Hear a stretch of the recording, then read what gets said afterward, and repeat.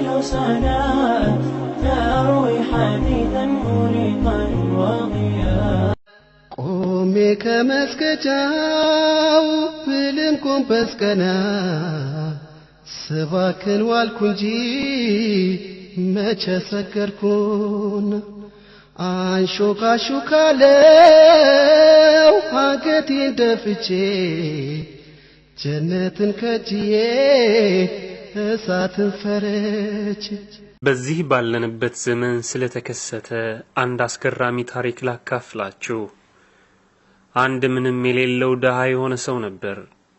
ሥራ ፍለጋ ወደ አረቡ ዓለም ወደ ኢሚሬትስ አቀና። ሕይወቴን ለውጥ ብሎ በዚያች ሀገር 4 ዓመታትን አሳለፈ። የዚህ ሰው ወላጅ አባት ቀናኢና አላህን በእጅጉ ይፈሩና ፈጣሪያቸውንም ሌት ተቀን ይገዙ የነበሩ የአንድ መስጂድ ኢማም ነበሩ። ይህን ለማመን የሚከብድ ታሪክ እንደሚከተለው እንተርክላችኋለን። በአረቡ ዓለም ኑሮዬን አሻሽላለሁ ብሎ 4 ዓመታትን ለፋ። ለ4 ዓመታት ላቡን አንጠፍጥፎ ያጠራቀመውንም ገንዘብ እኒያ አላህን ፈሪ የሆኑ አባቱ ዘንድ ላከው። እንዲህም የሚል መልእክት አከለበት። አባቴ ሆይ ሳላገባ ዓመታት ነጎዱ። አሁን ጊዜው ነውና ለማግባት ወስኛለሁ። እና ሚስት የምትሆነኝን ትመርጥልኝ ዘንድ እሻለሁ። ቅድመ ሁኔታዎቹንም እንድታመቻችልኝ እሻለሁ። መምጣት የምፈልገው በሰርጌ ቀን ነው። በዚያ ዕለትም ቢሆን አንተ ለኔ የመረጥክልኝን ሴት ማየት አልሻም። ይህ ምን ያህል ወጣቱ በአባቱ ላይ ያለውን እምነትና መተማመን የሚያሳይ ነበር። በእርግጥ እኛ አላህን ፈሪ የሆኑ አባት ሴት ለ4 ነገሯ ትመረጣለች የሚለውን የታላቁን ነብይ ሰለላሁ ዐለይሂ ወሰለም ሐዲስ ጠንቅቀው ያውቃሉ። ለሀብቷ፣ ለውበቷ፣ ለዘሯና ለዲኗ። ዲኗ ላይ ማተኮራችሁ ይወደዳል የሚለውን ንግግር። እናም እኚህ አባት በልጃቸው ጥያቄ መሰረት በዲኗ ጠንካራና ኢማነኛ የሆነችዋን መረጡለት። ግና በመልኳ ብዙ የምትባል አልነበረችም። ያ በጉጉት የሚናፈቀው ቀን ደረሰ። ያ የሚናፈቀው ቀን ልጅ ወደ ትውልድ ሀገሩ አምርቶ አየር ማረፊያ ደረሰ።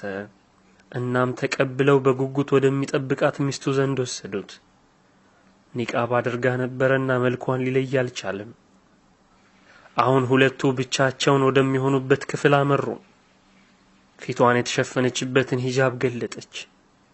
ይህ ሰው ደነገጠ፣ በጣም ደነገጠ። አባቴ የመረጠልኝ ሚስት ይህች ናት? ቆንጆ አይደለችም? አው ቆንጆ አይደለችም በማለት አማረረ በውስጡ። ይህን ወጣት ጭንቀት ወረረው። ከዓመታት በኋላ በጉጉትና በናፍቆት ቢመለስም ነገሮች እንደጠበቀው አልሆኑለትም። እናም መተኛት ፈለገ፣ ተኛ። በሌሊቱ የመጨረሻ 1/3ኛ ክፍል ይህን የባለቤቷን ስሜት የተረዳቸው ሚስት ልትቀሰቅሰው ሞከረች። አሻፈረኝ አለ። ዳግመኛ ልትቀሰቅሰው ሞከረች። አሁንም እምቢ አለ። በመጨረሻም ባለቤቷ እንዲነቃ ስትል ውሃ ረጨችው። እናም ነቃ። ልታናግረው የፈለገችው ነገር ነበርና እንዲህ አለች። ባለቤቴ ሆይ ምን ያህል እንደተከፋሁ አውቃለሁ። አዎ ቆንጆ እንዳልሆንኩም አውቃለሁ። ግን ምን እንደሆነ ታውቃለህ? ለአንድ ምክንያት ስል ማግባትን እመኝ ነበር። ለአንድ ምክንያት የነብዩን ሰለላሁ ዐለይሂ ወሰለም አንድ ሐዲስ ተግባራዊ ለማድረግ ስል።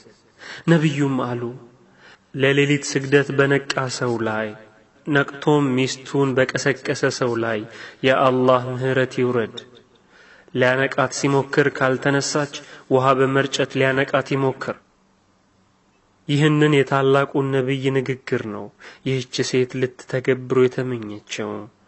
የአላህ ምህረት በዚያች ሴት ላይ ይሁን። በዚያች ለተሐጁድ ሰላት በሌሊት በምትነቃውና ባለቤቷንም አብሯት ይሰግድ ዘንድ በምትቀሰቅሰው ላይ እምቢ ካለ ይነቃ ዘንድ ውሃ በምትረጨው ላይ የሚለውን ንግግር ተግባራዊ ለማድረግ ነበር ያ ሁሉ ምኞቷ። ንግግሯን ቀጠለች። ወላሂ ከልብ በመነጨ ሁኔታ ላመሰግንህ እወዳለሁ።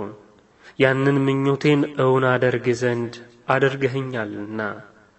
አዎ ያንን የነቢዩን ሐዲስ ተግባራዊ ለማድረግ በእጅጉ ናፍቅና እመኝ ነበር። አንዳንድ ጊዜ አግብቼ ይህን ነገር አደርግ ይሆን የሚለው ሐሳብ ከውስጤ ይበን ተስፋዬም ይሟሽሽ ነበር። ምክንያቱም ያው ቆንጆ እንዳልሆንኩ አውቃለዋ። እናም ውዱ ባለቤቴ ሆይ እነሆ በዚህ ሌሊት ተነስተናል። የቀረውን የሐዲሱን ክፍል ከኔ ጋር ተግባራዊ ብናደርገው ምን ይመስልሃል? በቃ እንነሳና ተሐጁድ ባንተ አሰጋጅነት ብንሰግድ ምን ይልሃል? ባል በሚስት ጉትጎታ ነቃ፣ ሰላቱንም አሰግዶ አበቃ። ወንድሞቼና እህቶቼ ሆይ ይህ ባል ሰላቱን ተከትሎ የነበረውን ሁኔታ በአላህ እየማለ ይተርክልናል። ተሐጁድን በአንድነት ሰግደን እንዳጠናቀቅን ወደ ባለቤቴ ዞርኩ፣ ተመለከትኳት። ወላሂ ነው ምላችሁ የዓለማችንን ውብ ሴት የምመለከት አይነት ስሜት ተሰማኝ። በጣም ውብ ነበረች፣ ውብ ሚስት በማለት ተናገረ። ወንድሜ ሆይ ኢማን ሲያካብብህ ነገሮች እንዲህ ኮለል ብለው ይፈሳሉ። በቃ ነገሩ እንዲህ ነው። በብልጭልጭ ዓለም ብሎም ፊልሞች ላይ በምታያቸው ነገሮች አትታለል። በልቦች ውስጥ ፍቅርን የሚያሰርጸው አላህ ነው። አላህ ባልሽን እንድታፈቅሪ ሊያደርግሽ ይችላል። አንተም ሚስትህን እንድታፈቅራት ሊያደርግህ ይችላል። ግን አንተም ሆንሽ አንቺ ለአላህ ታዛዥ እንድትሆኑ ይጠበቃል። ባሎች ሚስቶቻችሁን አሰግዱ፣ ሚስቶችም ባሎቻችሁን የሌሊት ሰላት እንዲያሰግዷቸው ጎትጉቷቸው። ወንድሞቼና እህቶቼ የዚህ ታሪካቸውን ያወጓችሁ ተጣማሪዎች ቁርአን ያፈዙ የልጅ ልጆችን ከማፍራት ባለፈ የዚህ ኡማ አለኝታ ለመሆን የሚበቁ ልጆችን አፍርተዋል። በዚህ ዱንያ ደስታ የተሞላበትን ሕይወት የሻሰው የአላህን ትእዛዛት ችላ ይበል። ጋብቻ ፈተና የበዛበት ሰይጣንም ባልና ሚስትን ለመለያየት ሌት ተቀን የሚለፋበት የሁለት ሰዎች ጥምረት ነው። ይህን ጥምረት ብሎም የሕይወት ተልእኮ በስኬት ለማጠናቀቅ ምርጥ የሕይወት አጋር ከጎኖ ሊኖር ግድ ይላል። ለዚህም የሕይወት አጋሩን ለመምረጥ ዋነኛ መመዘኛ ኢማንና ኢማን ብቻ ነው። ይህን ካደረጉ የዚህችን ዓለም ጸጋ ይጎናጸፋሉ። በአላህ ፍቃድ ጀነት ውስጥም ከሚወዱት ተጣማሪ ጋር ዝንታለም ይኖራሉ። ቆሜ ከመስገጃው ብልን ጎንበስ ቀና ስባክን ዋልኩ እንጂ መቼ ሰገድኩና አንሾካሾካለው አንገቴን ደፍቼ ጀነትን ከጅዬ እሳትን ፈረች